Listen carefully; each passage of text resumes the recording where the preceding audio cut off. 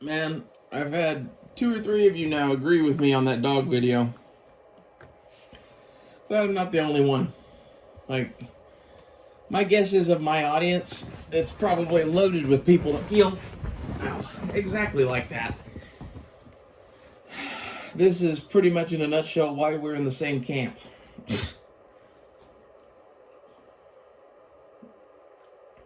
A few other things, but if you can't agree on how dogs should be treated, you can't be in the same fucking political camp. I think that's pretty obvious. Now I'm gonna smoke, because I haven't smoked yet. And then I have no fucking idea what we're gonna talk about. I don't even have a title for this.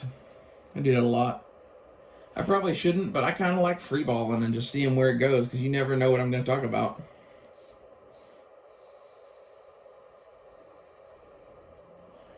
I'm curious to know how many people actually watch this. It seems like there's about 30 of you that watch everything I put out. That's cool.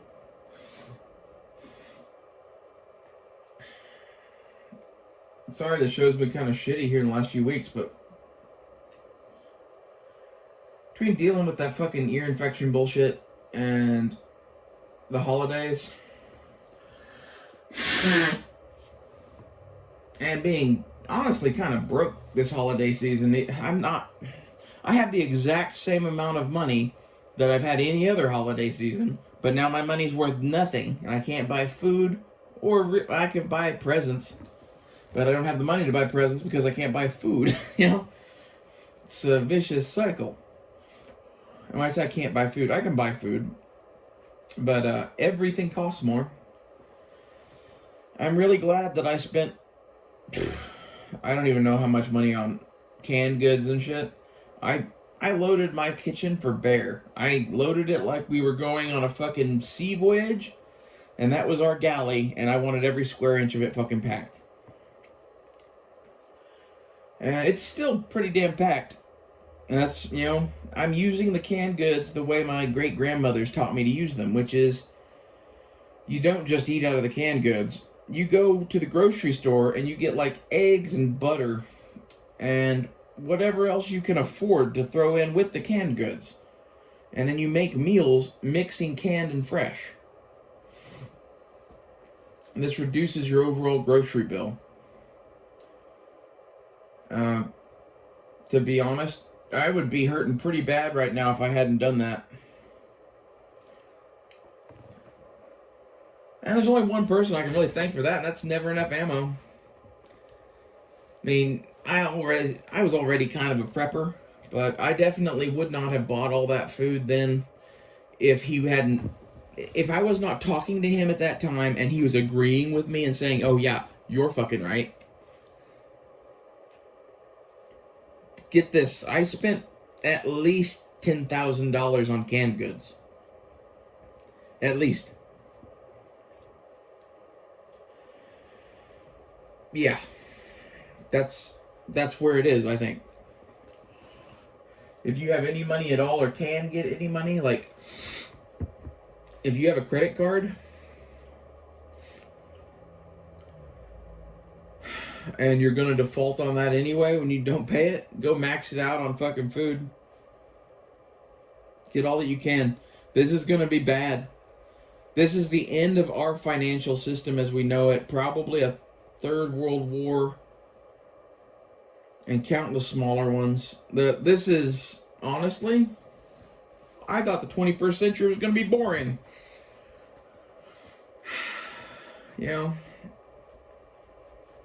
And then they all were summoned to Armageddon. That's it. Armageddon. I can't say it the way they say it. There's like a way they say it in like these biblical movies and shit.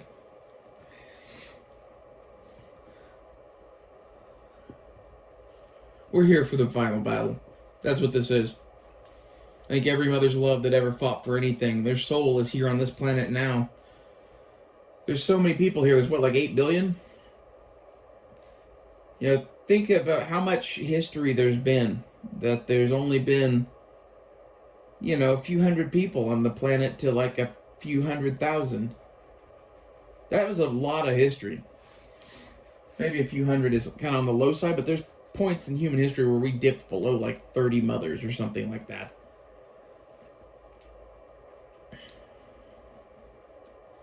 Anyway,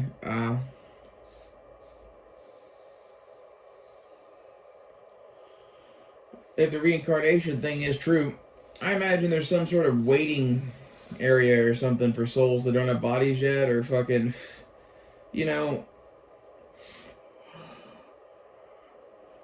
maybe when a planet reaches this kind of population, it opens up the floodgates to like souls from other places that have outgrown that place or something. I don't know, but there's like a collection of souls from throughout history here now that all want to fight. That's how I see the world. They were stuck on this planet overpopulated, and then they were locked together and forced to be English. And when I say that, you should get that America is an empire, and America's empire combined with the ashes of the British Empire. And we were kind of English ourselves. So when we took over the world, it was real easy for like the British Commonwealth to start going, well, I guess we don't really need England anymore. And then maybe like they still trade with England, maybe they trade with us. Doesn't really, no skin off our nose. England's our fucking ally. All right.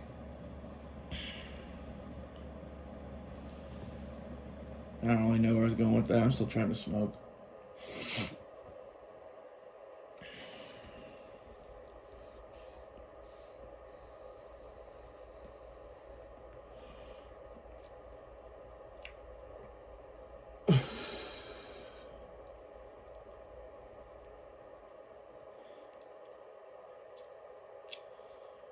America is an empire.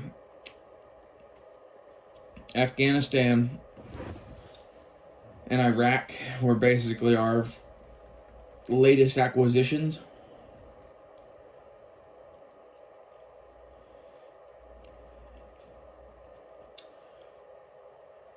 And when we fell out of Afghanistan, that's one of those things that, like, either we did that because there's no way we could fucking continue to hold that and deal with Russia and China, or we did that because we're so weak, and then Russia and China started acting like big swinging dicks, basically. I don't know which case is, probably a bit of both.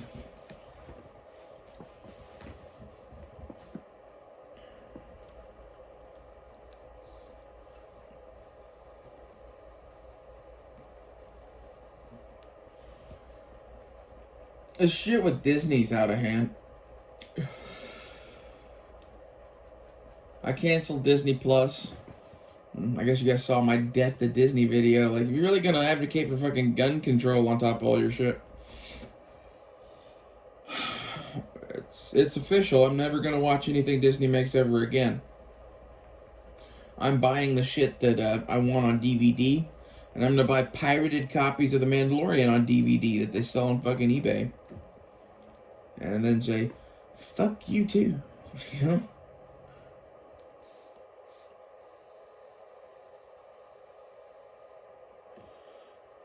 Some very rich, powerful people bought up all of the fucking movies everybody loves and then started trying to make sequels to them and failing miserably. And like, all of this shit is interconnected into our political shit.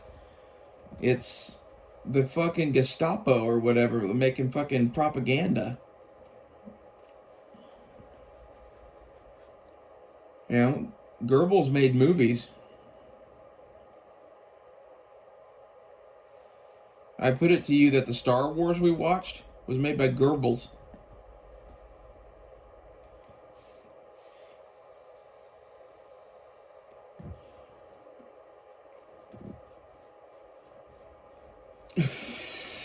That is episode 7, 8, 9.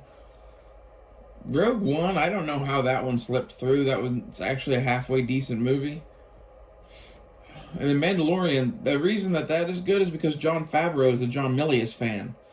He goes to my church, boys. And it's one of those that I don't know that for a fact, but by the way he makes movies and shit, he's definitely a George Lucas and a Steven Spielberg fan. And if he's as into making movies as he is, he knows about fucking John Milius too. And the fucking movies and shit that he's made are shit John Milius would love. That's what I really love about Jon Favreau. Especially The Mandalorian. The Mandalorian is like... There are parts of Star Wars that George Lucas took inspiration from either talking to John Milius or just from knowing about shit that John Milius had told him about. That kind of a thing. Where, like, John was this, like, big, boisterous fucking guy that loved history and whatever. He's kind of like me. He's a weirdo, and he spreads shit where he goes, and he introduces people to things they wouldn't otherwise know about. Everything that you love about The Mandalorian is because they took all of the John Milius parts of Star Wars and just made it a fucking thing. The fucking Western part and the bounty hunting part, and like, there's lots of little subtle touches that you can tell George Lucas was at that time drinking beer with fucking John Milius and Steven Spielberg all the time. And they're like, you know what you should do? I guarantee you, like, John Milius loves the fucking Bedouin and the desert people and whatever. The sand people probably came from him. And that whole thing of the fucking, like, tribal sand people shit in the Book of Boba Fett, that's some John Milius-like shit, too. Like, honestly, the thing that I liked about the Book of Boba Fett is that it was this very... It had bad parts in it because Kathleen Kennedy touched it. But if she hadn't touched it, it would have been great.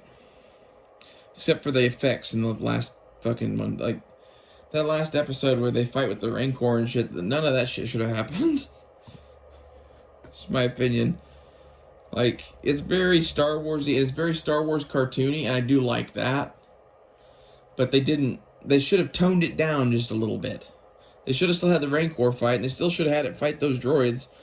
But, like, they did, like, some King Kong shit and stuff just because they think it's fun to, like, reference. That's not a place to reference. Not that, anyway. There's other things you could reference that are, like, you should be obscure. If everyone watches your thing and goes, hey, you're ripping off King Kong, it's not referencing it.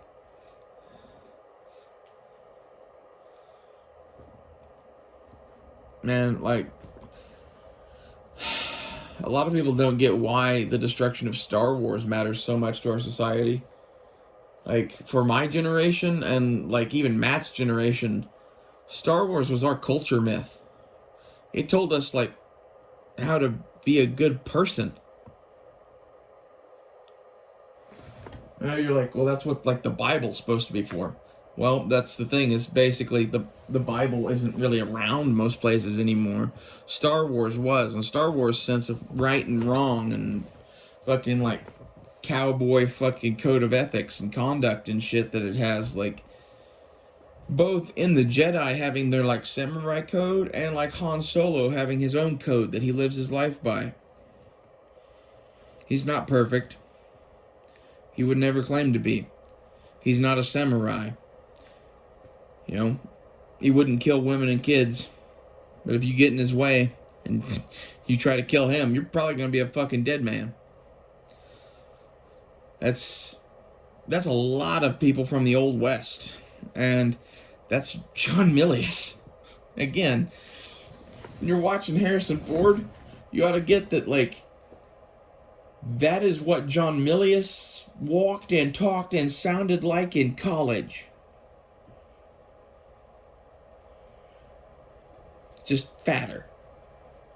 But that, like, swagger that fucking Harrison Ford has, where do you think he got that idea from? Like, especially in Indiana Jones, too, that kind of has his own thing going. But the one in the Han Solo in particular, that kind of, like, space cowboy vibe, that's John Milius. That's all I see when I see it.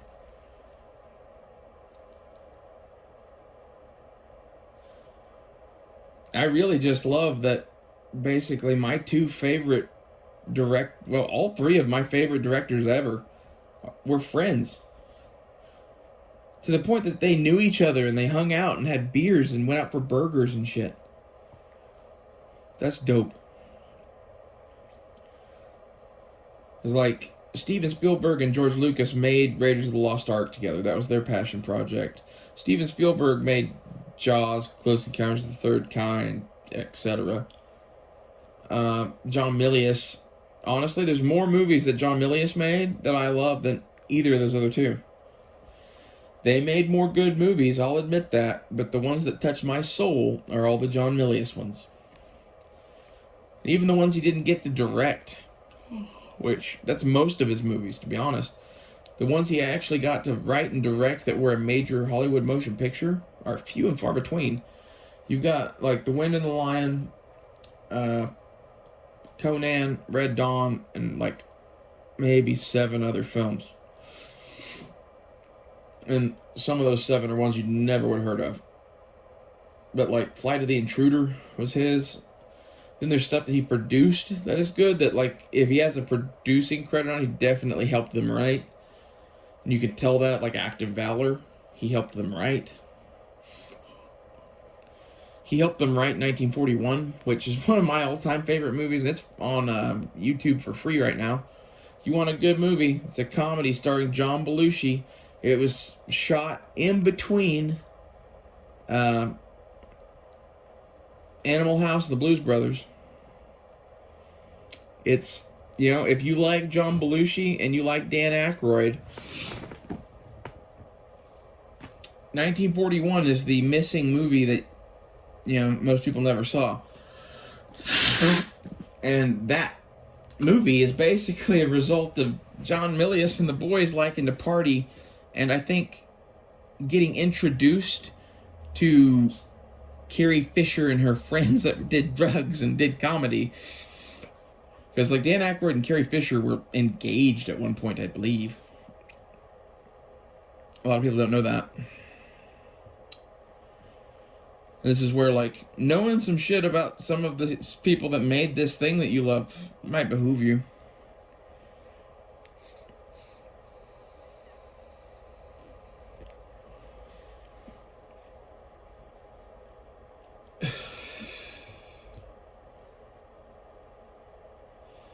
Basically, the list of people I just named there are most of my favorite people on the planet, as far as Hollywood types go. Like, those are the, if I could fill a room full of people to meet, the list of directors I just said and the list of, like, Star Wars actors and comedians, that's, you know, that's who I'd like to meet. Give me the Blues Brothers and the cast of Star Wars and John Milius, George Lucas, and Steven Spielberg.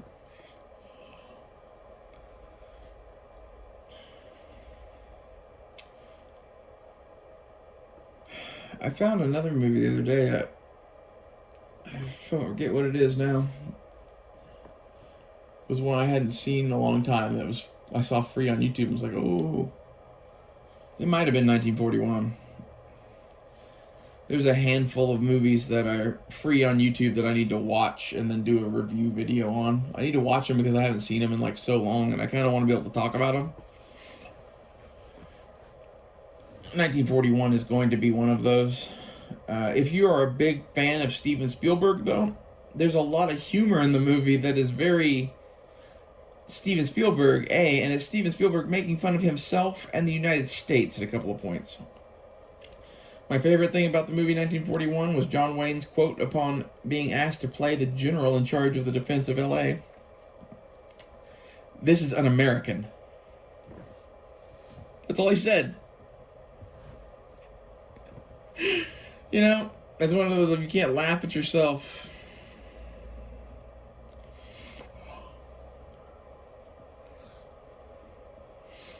I think this is half our problem, is we've made such a bad world that, like, everyone is so damaged that everyone is a stand-up comedian now. There's no fucking business for me here. Like, that's the other thing, is people can't say what they think anymore. Can't even go hear it from a stand-up comedian, really.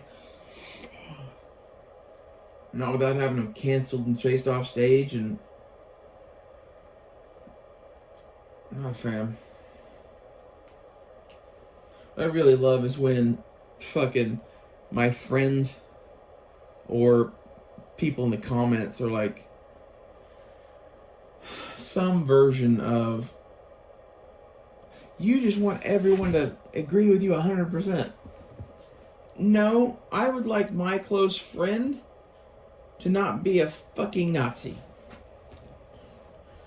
When it comes to like Dave Chappelle doesn't like trans people at all, really. Like, I think he's kind of neutral on them, to be honest.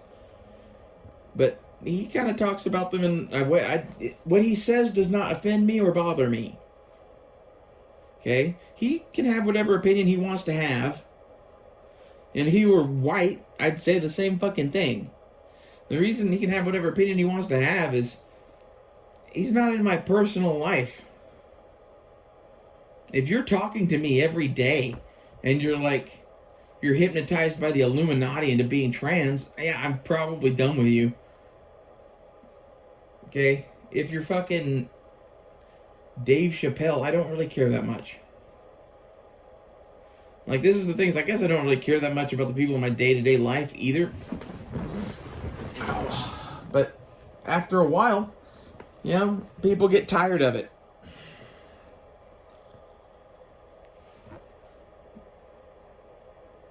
I heard a story once about a husband and wife.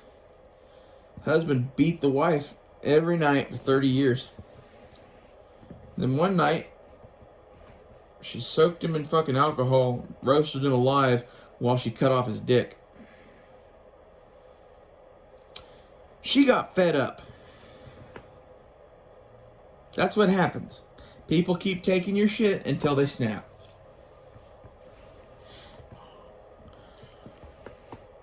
And a lot of the world right now doesn't get that the government is wrong on every level.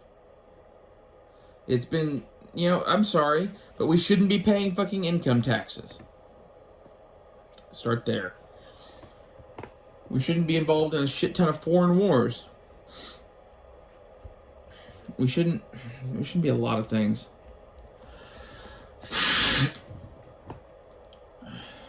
And like some of this is, yeah, that's the way it should be, but the way it is that the Russians are going to take over the world. I'm not even so convinced of that. I think that the Russians just want to have their little like empire over there to themselves. And I think basically if we allowed them to have that, we would have world peace. And the thing that you should get is the Ukraine is their territory. They're not going to let you have it. They're literally going to throw nukes over this. That's where this is going. Anyway. 1941 is a good flick, though, because it's written by the Bobs. They're the guys that wrote Bob Zemeckis and the other guy. They wrote Back to the Future.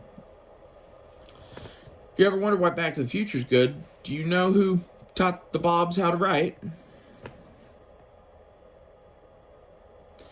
Well, see, these were like junior dudes for Spielberg and Lucas, and they, in order to make them better, forced them to hang out with John Milius.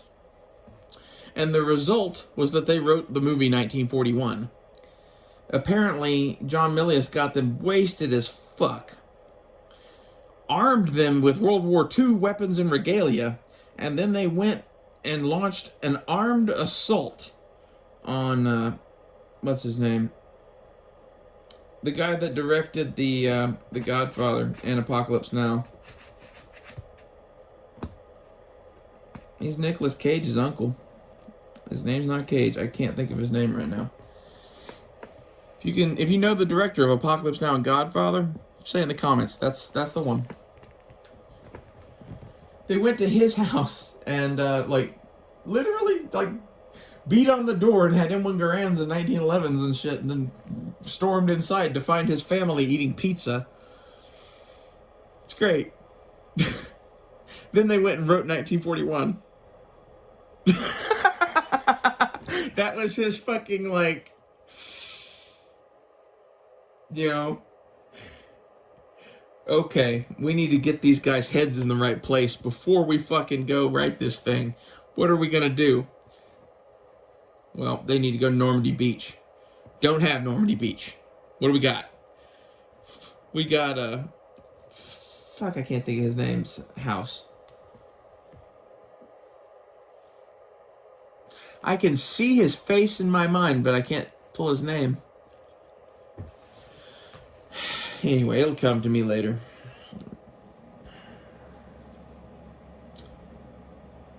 Keep wanting to say Corleone, but that's not it. That's the guy in the movie. Go, make it a movie.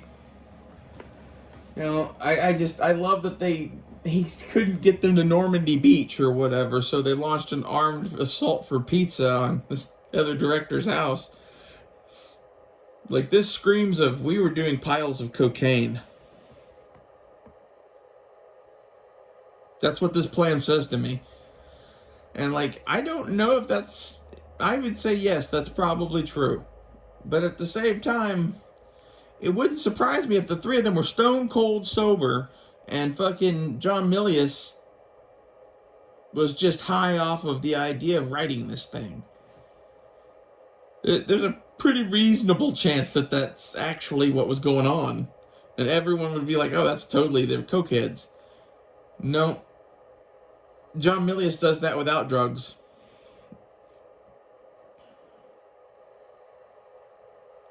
I really love that man. Like, it's one of those, like, I hope to eventually get a fucking phone call from him before he dies. If he ever sees these shows or some shit. Like, I've pretty much dedicated this whole YouTube channel to dissecting his movies and talking about guns. Because basically, in my opinion, most of what you ever really need to know about the world or politics was someone tried to put it into 2 or 3 movies for you to watch. Because he managed to get to a point where he could make fucking movies that would be around forever. The Wind and the Lion, Conan, and Red Dawn are political statements.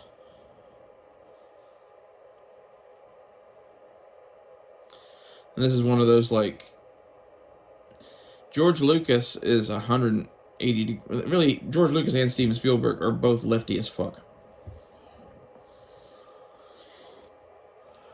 And they might agree with John Milius on some of this shit now. Which is why back in the day they made Star Wars and fucking Indiana Jones and shit. Those were movies that John Milius would have loved to watch. Did love to watch, guarantee it.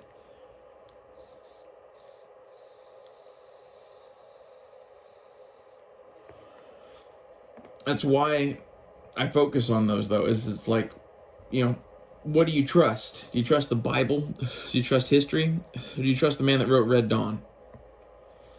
I'm taking the man that wrote Red Dawn, given our current situation. There's not that many movies, and you can get the whole political ideology out of there. And it's not... I'm not saying it's perfect.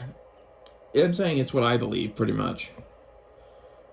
And it's basically that the Constitution is great.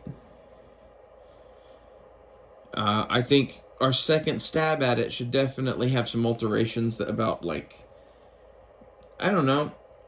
I'm going to rewrite the Second Amendment as... You can't have any gun laws ever. Not one. You cannot pass a law about guns. Just to make this clear, for the retards that didn't understand, you can't make laws about this. I'd like that.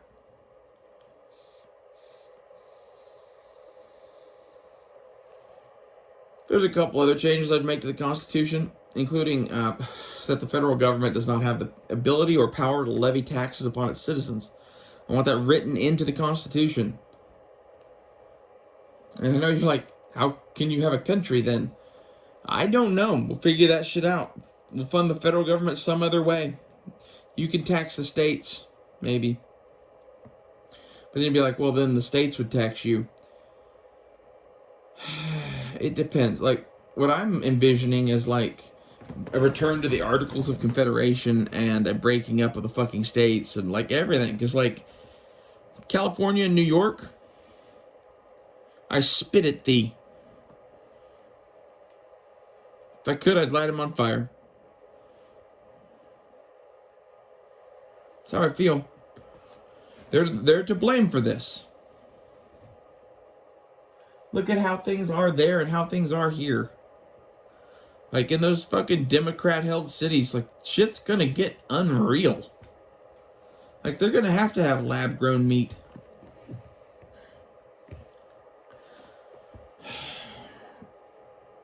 Anyway. We're being fucked to death by corporations and no one even gives a fuck about it.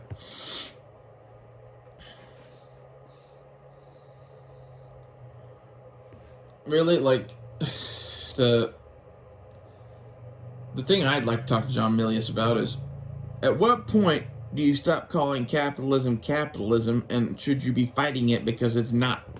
If it's not capitalism, it's communism, right? Or it's on its way to it. I say we live in a socialist state. I say that, I took a blood oath when I was a child to never live in a communist country, and that we're there. We're getting there every day. I don't know if you're familiar with the concept of a blood oath, but it's rather serious.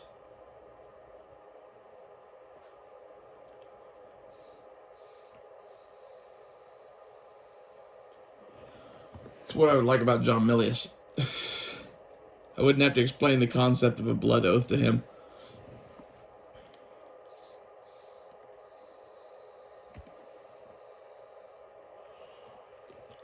Also, studying the things that he liked has made me a better, more rich, smarter person or whatever. Like, I always kind of liked Teddy Roosevelt, and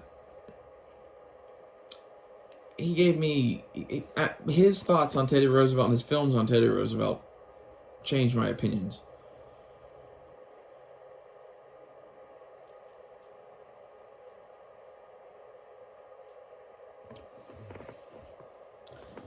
Then there's like the obsession with Vietnam so in college I went to teach for the Boy Scouts, right? While I was in college and teaching for the Boy Scouts, I was obsessed with the Vietnam War, even more than I am now. I brought 2 videos on my fucking phone to that camp, and one was Apocalypse Now and one was Jaws. I just watched those over and over again. I was like, I can only have room on my phone for 2 movies. What do we got? I don't regret my choices. Like, Apocalypse Now and Platoon are like these, like, studies into Vietnam that I just think it's cool. And I like to watch them and look for things to go and research and see if that was a real thing or not. That's how I view historical movies. I always watch them and then I look to see what really happened. But, like, I still love the movies. Like, especially those 2. Like, I was into Vietnam era guns. Kind of all through there, too. Like, during that same period, I was doing... actually, it was just before this. It was like, I did the fucking Vietnam reenacting.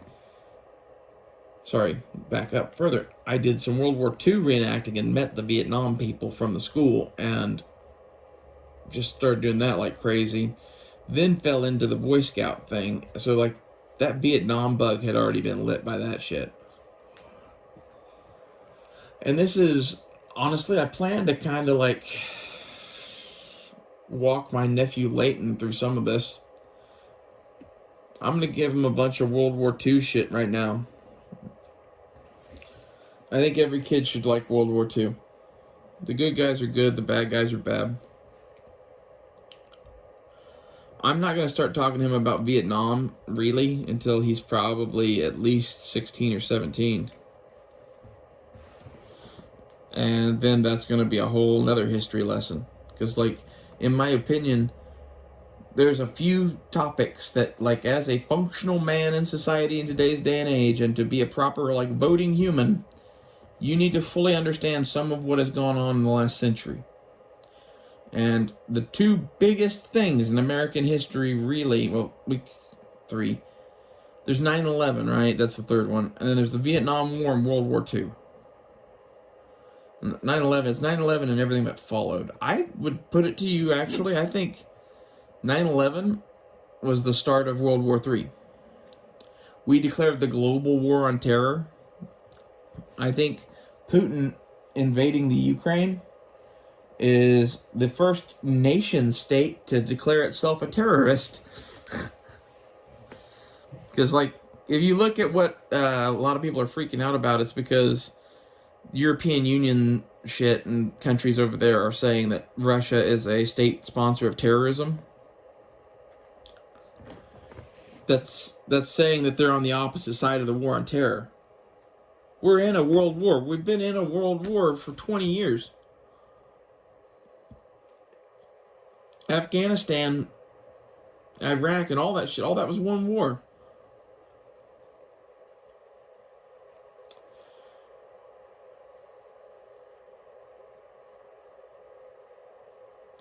If you look at when that happened, like, that really, the year 2000 to 2012 changed the world in a lot of ways. Like, everything that's happened since then just made it worse. We've been... A lot of people don't get this, that, like, Putin invading the Ukraine and COVID isn't really what killed us. The thing that killed us is that we were already limping from the knife wound and the gunshot wound that we had. So, like, our empire was probably going to be okay, maybe, if we made smarter choices. Then COVID happened. Then Afghanistan happened. And now we're on such life support that, basically, I think we're probably going to lose wars to Russia and China. A lot of people don't get that, but, like, oh, Russia only has World War II technology. Okay, how many of the fucking new technology things can you make? I'll hold on for that one. How many can you make without Taiwan giving you chips? Yeah. This is the advantage that Putin has. Putin has a military machine made to wage ground wars in Asia with for decades. Let me repeat that. Putin has a force that is made to wage ground wars in Asia with for decades. Our force is designed to make lightning-quick raids around the world to try to scoop up terrorists now. There's more to it than that, but, like, our technology is not designed for the type of long-term conflict that Russia is intending to make us fight. It's because Russia is a smart bitch, and they know this. They know that, you know, the U.S. shit, while impressive, if it has an Achilles heel at all, it's hard to make. So use up really, really cheap shit, using up all of their good shit.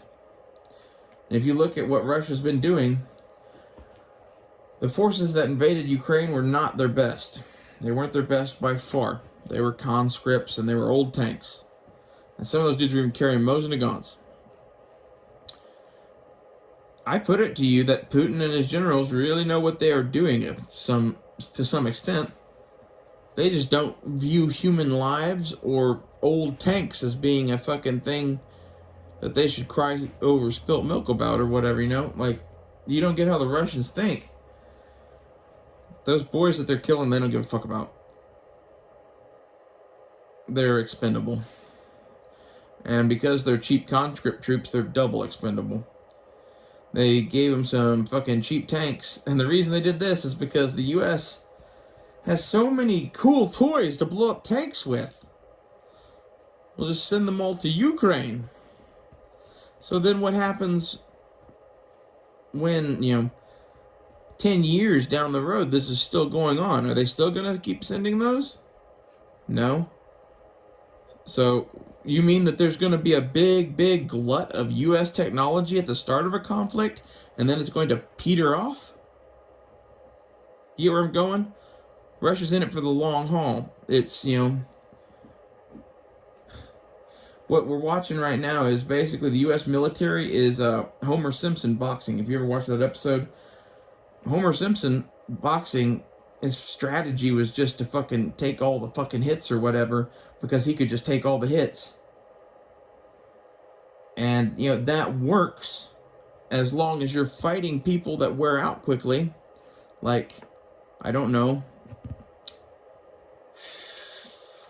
Iraqi insurgents or some shit. If you're fighting the Russian army in winter, well, in that episode of The Simpsons, Homer ended up fighting Muhammad Ali. As it turns out, Muhammad Ali never got tired. When you're picking a fight with Russia, you should realize that you're not picking a fight with just anybody. You're picking a fight with Muhammad Ali. And they might be able to go the distance. I don't know. It's going to be our tech versus their fucking sheer brutality. And honestly, their combat effective techniques from hundreds of years of fucking battle, like, they're just going to do what they've always done, which is fucking go dig in at night and advance during the daytime. And while this makes things problematic for them at night, assuming that they're doing shock and awe tactics and fucking blitzkrieg, doesn't really matter that much. Okay? If you think, oh, well, they're going to use night vision and just pick them off at night. What happens when someone starts sneaking around with night vision on the perimeter of the Russian army is that they get belts of PKM ammo shot at them. Yeah, this is, the Russians essentially at night are set up to repel World War I. You think you and your set of night vision are going to get all sneaky and, like, maybe a handful of dudes could. But a handful of dudes would only, like, even if they brought a fucking tactical nuke with them, so the Russians are going to find them and kill them, or the fucking nuke will, one or the other, like,